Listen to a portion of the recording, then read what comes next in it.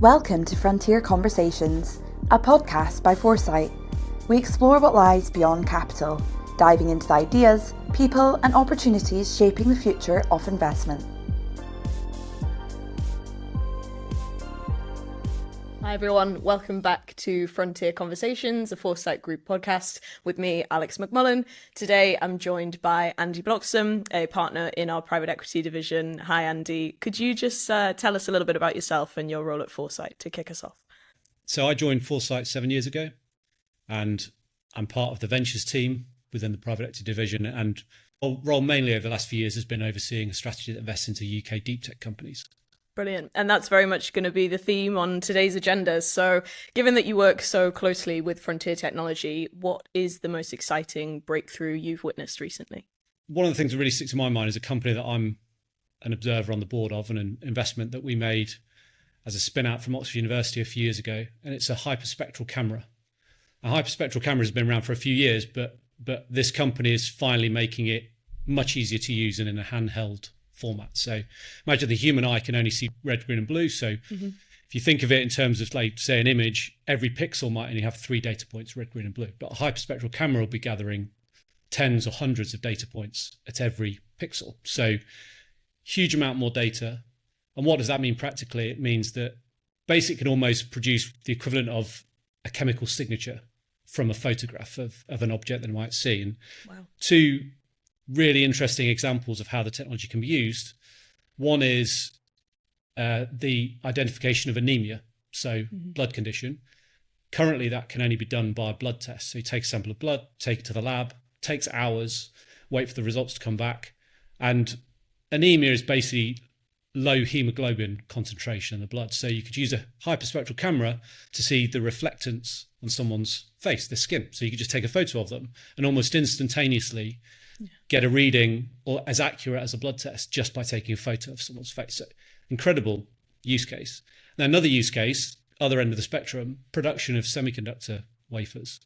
So currently you have to use a point spectrometer to judge the uniformity or the material composition, and you have to actually physically touch semiconductors. So you always risk damaging the material. Yeah. But a hyperspectral camera could just take a photo or even a video of the surface of a semiconductor wafer and immediately judge whether the material has been layered in the right way.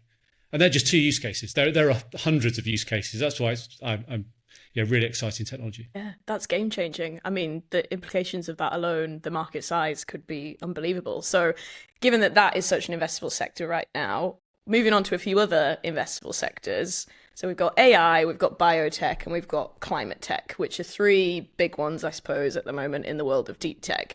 Which do you feel is the most investable of those 3? AI is certainly the one that's being talked about the most. But when you say investable, almost some of the exciting stuff has been done with AI. So the foundational models have been, or people have already made massive investor returns. And there's a risk that it's a winner-take-all market now, which means not just there'll be a big winner, but there'll be lots of failures. So we almost look at it in a different way.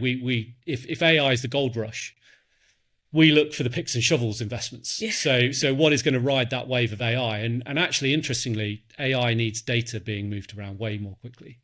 And copper cables are reaching their limits.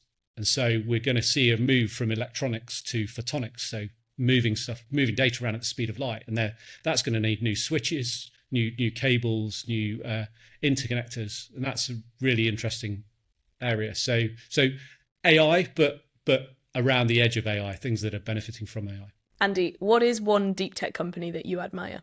For me, SpaceX with reusable rockets is just amazing. How much SpaceX has reduced the cost of space travel and getting rockets launches into space, making it a viable commercial company, not a government research project is just amazing. And then the fact that SpaceX also innovated with Starlink, providing satellite internet coverage.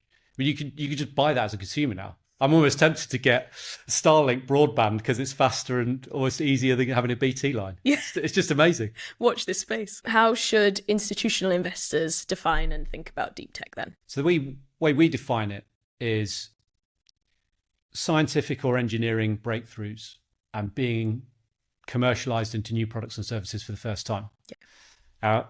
I think some people call it deep tech, some people call it hard tech, because they think about stuff being harder to do, harder to build, harder to copy. You could also think of it, if you think of deep tech, as requiring deep technical expertise or deep R&D to bring it to market. Yeah. And very different to traditional technology, which the way I think about, much easier to do, maybe like building a new software application, like I mentioned before. Yeah. And is that different, would you say, from kind of traditional venture or technology investing? Is that something that's specific to deep tech, or would you say that ventures as a whole can also benefit from those kinds of partnerships? The way I simplify it in my mind is I have to think of traditional tech traditional VC or tech VC as often being digital, and way easier to get off the ground. I give the example before of just building a new application on a mobile phone. So, or nowadays the thing would be building an application on top of a big generative AI model, so that the model in the background is doing the work, but you've got a nice user interface sitting on it, and you almost building a brand to just get customers onto that application and get them using it. So much easier to start, probably less defensible because somebody could copy it in theory more easily. So more time and effort in probably the sales and marketing rather than actually building the technology or the technical innovation. And the technical innovation is what we often think about when we're talking about deep tech. So we think it was being different because it's often harder to do, harder to build, but then harder to copy. So it can take more time and effort to get off the ground to prove that the idea works in the first place. But once it gets going, it can be much more defensible because you can file patents on it, and then harder to copy.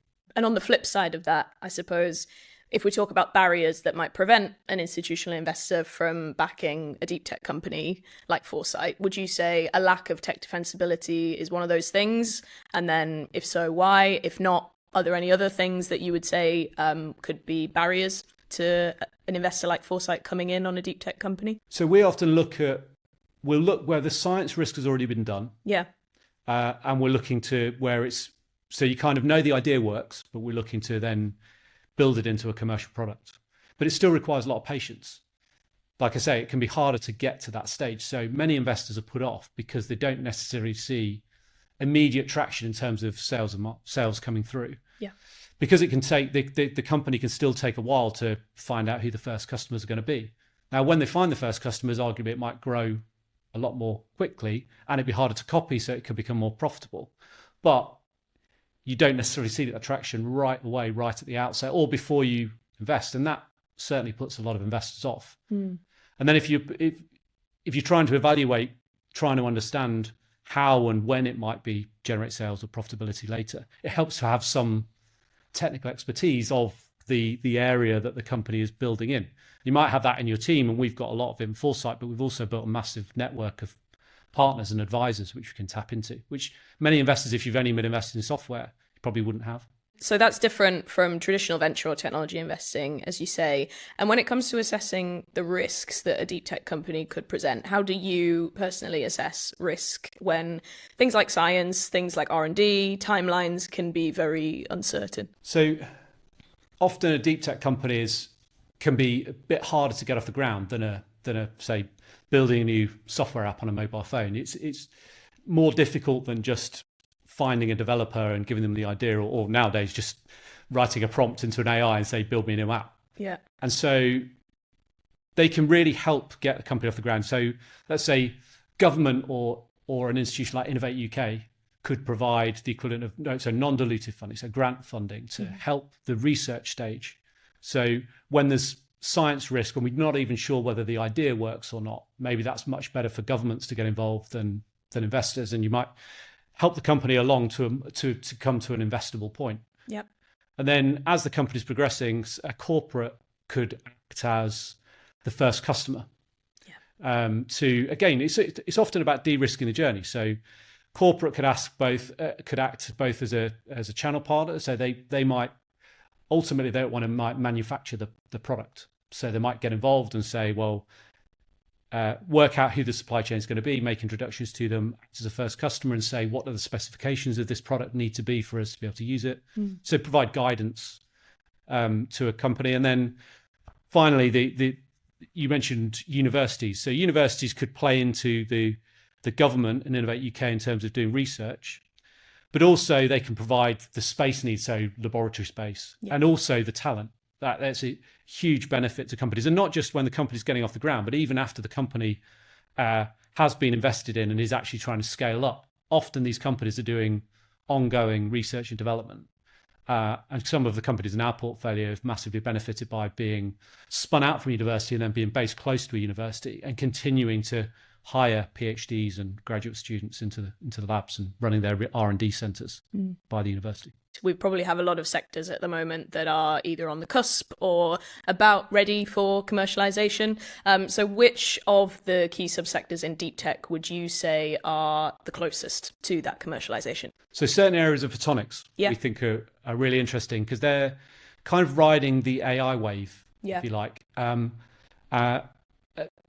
AI looks as if it's getting quite, in terms of valuations, frothy. So there's a lot of companies on very, very high multiples. People have already started to make comparisons to the dot-com era around 99, 2000. The interesting thing about photonics is this is addressing the bottlenecks. So AI needs a huge amount of data. That data needs to be moved around. It needs to be stored. And electronics, copper wires, are hitting their limits of energy use and speed, efficiency.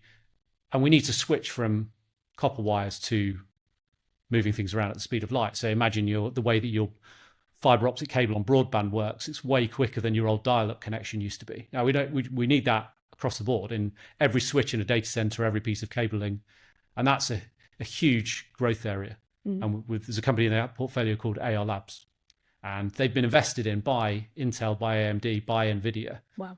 Because they're making these interconnects, so switches that can move data around at the speed of light, and they were valued last year at over $1 billion on the last funding round because they're right on the cusp of full commercialization. So the next step for them should be, all being well, mass volume manufacturing, get their products out into market. Brilliant. Our first unicorn in the portfolio, was it? Exactly. Yeah. Excellent. Yes. Hopefully the first of many. Yeah. Fingers crossed indeed. And in terms of sitting with that kind of investor point, investor returns, as you mentioned earlier, could you just give us an example of where deep tech more globally has delivered investor returns or outsized impact compared to what a lot of people will have expected? Yes, I mentioned NVIDIA there. Yeah. And NVIDIA invested into AR Labs, which I think is really interesting because I think they're almost looking at AR Labs as maybe being the future in their industry. But NVIDIA has obviously benefited massively from the last few years, meteoric rise, riding AI, because it's their GPUs that are processing the AI engines. But the interesting thing about NVIDIA is they started in 1993 and they were providing graphics cards into PCs for gaming. And their first couple of years, they made no revenue. And arguably their first product wasn't a huge success.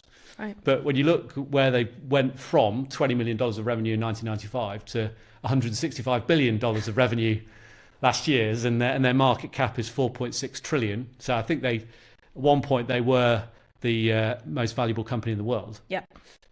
And they're deep tech. So I don't think you get better investor returns than publicly listed company growing faster than most venture startups. Yeah. They're pretty impressive. No, absolutely impressive. Excellent stuff. And I suppose if we kind of move on to bridging the gap, I guess, when it comes to deep tech investing. And when I say bridging the gap, I mean how these deep tech companies, both in the UK and abroad, can really leverage partnerships, whether that be with governments, whether that be with corporates, universities, etc. What role do you feel these kind of partnerships can play in scaling deep tech companies? So governments and R&D organisations around governments like Innovate UK in the UK are incredibly important to provide non-dilutive funding, so grant funding to help these companies in their research.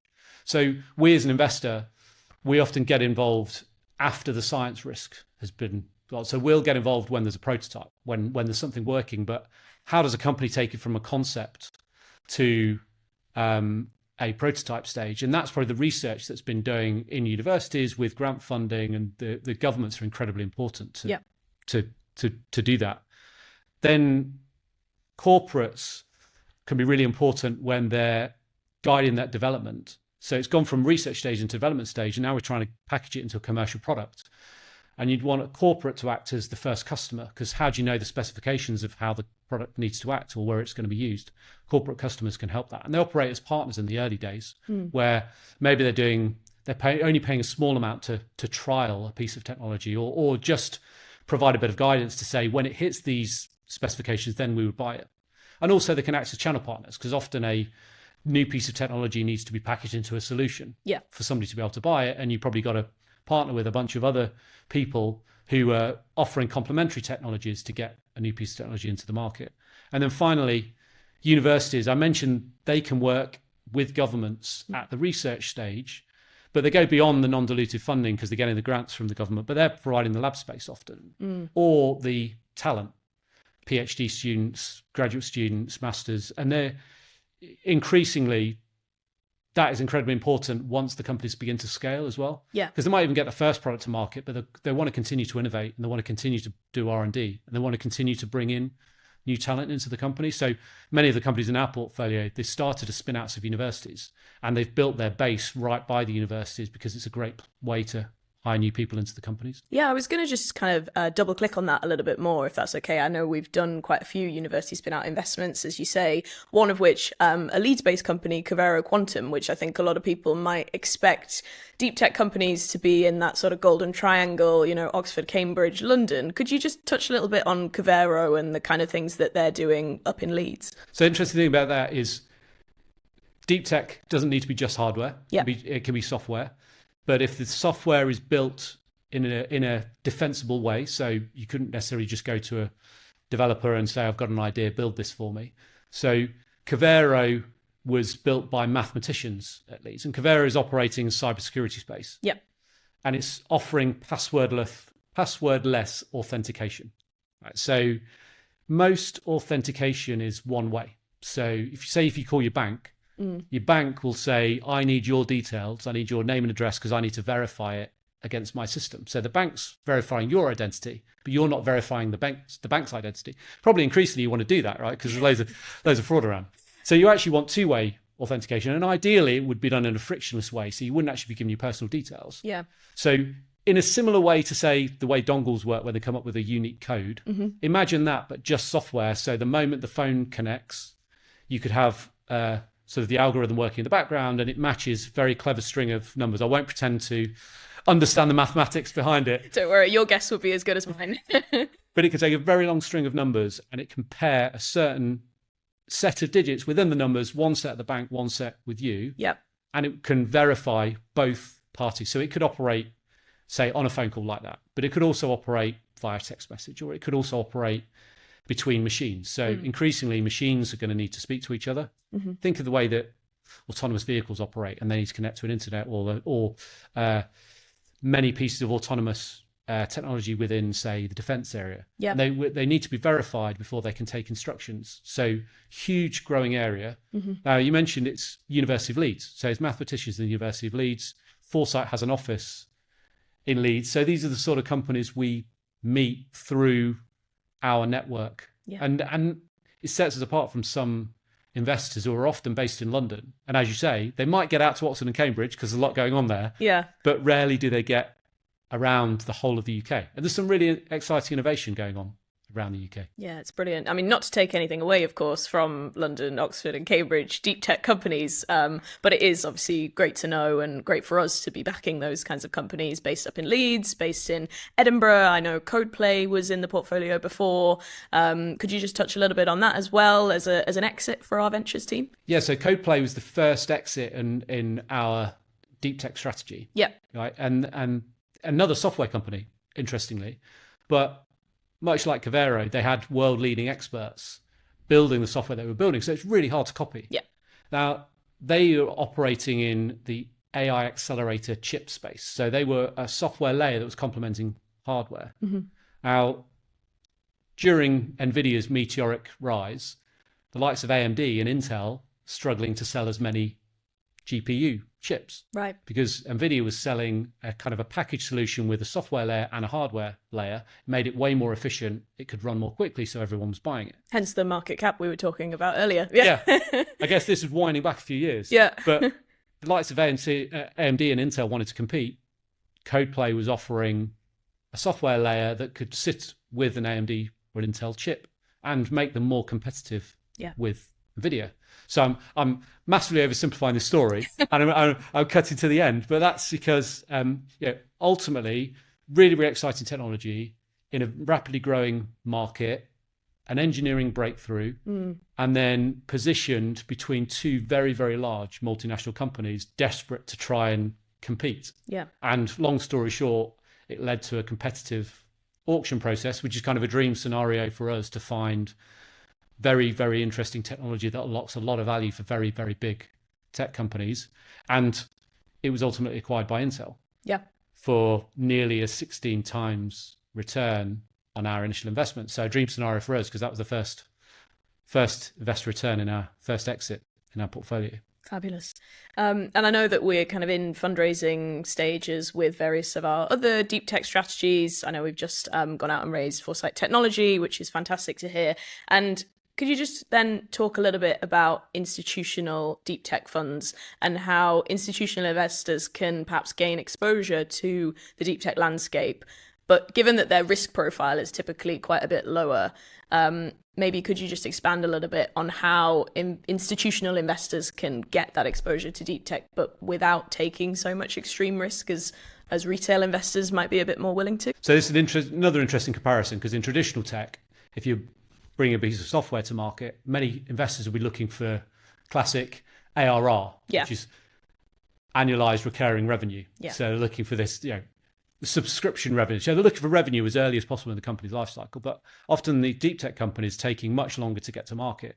Now, they could ultimately make much higher revenue and much higher profit and better investor returns, but in the early days, it can take a while to get there. So we actually use what's called a technology readiness scale. It was developed by NASA to have a bunch of different milestones about how the technology is progressing to full commercialization. It's a scale from 1 to 9. And 1 to 3 is in the lab, and it's just a concept. Right? 4 to 7, it gets to a prototype stage in the lab, but probably there are multiple components often to building a product, so you may be testing those in isolation, and you're gradually starting on a lab bench and getting it closer and closer to commercial product. And then 7 to 9 is more when you're starting to interact with customers. So a customer might be guiding how they're going to use it, where they're going to use it. You start bringing those components together in one solution. You might need to test it in the customer's environment. So imagine if it was going to be used in space. You'd need to start testing that it could operate in a vacuum, not just on a lab bench. And then you'd work up to actually deploying it in the real world and then making revenues. So we can assess these qualitative milestones and evaluate a company's progression. And then we would align that with commercial readiness of a company. So we're evaluating how big is the market going to be, who the competitors are, how much revenue might there be when it arrives, and we particularly, because we're looking at investor returns, say projecting forward a few years, who might want to acquire a piece of technology or a company developing this technology ultimately, and work that backwards. And when we align these two things, the technology readiness and the commercial readiness, then we get a view of whether company's investable or not. We evaluate the risk. Great. And in terms of getting that deep tech company to commercial readiness, or making institutional investors more comfortable with kind of deep tech companies as an overall strategy, I suppose as a closing question to this episode, if you could perhaps fast forward one emerging technology to commercial readiness tomorrow, what would it be and why? For me, it's got to be nuclear fusion energy. So that just the potential to have almost limitless, clean energy available, cheap and efficient for everywhere, especially when you think of small reactors that could be built. I think of the Iron Man, and you think Iron Man's suit, that was powered by a miniaturized fusion reactor. They think of the power there. So they scale that up into transportation, data centers. That would be just a phenomenal breakthrough. Love that. And just I suppose wrapping up the episode, thanks so much for sitting down. If you could give one piece of advice to an institutional investor that might be starting to explore deep tech, hopefully with Foresight, you never know, what would it be? So then that advice has to be, have that patience. Yeah. Because the returns can come later on. So Don't think about the ARR metrics that you might want to apply to a traditional software company, because they don't apply in the early days. You have to look at other milestones, as we talked about. And probably partner, if you haven't invested in the space before, partner with somebody that understands the technical innovation that's required and that has invested in the space before. As we are on a Foresight podcast, then only right to mention that we do have our institutional technology strategy coming into play hopefully very soon. Is that right? That's right. Yeah. We're looking for investors now, and we'd be delighted, both financial investors that haven't invested into deep tech before, but also we mentioned before about the partnerships of how they can help deep tech customers. So deep tech companies establish themselves, and corporates where, I'll give an example, corporates operating in, say, semiconductors. They could be really beneficial as an investor into a fund, because they could help us with due diligence for new companies bringing new semiconductor innovations to market. So we would be delighted to speak to corporates that are looking to invest into the deep tech area. Excellent. Well, I think that rounds us off perfectly. Thanks so much, Andy.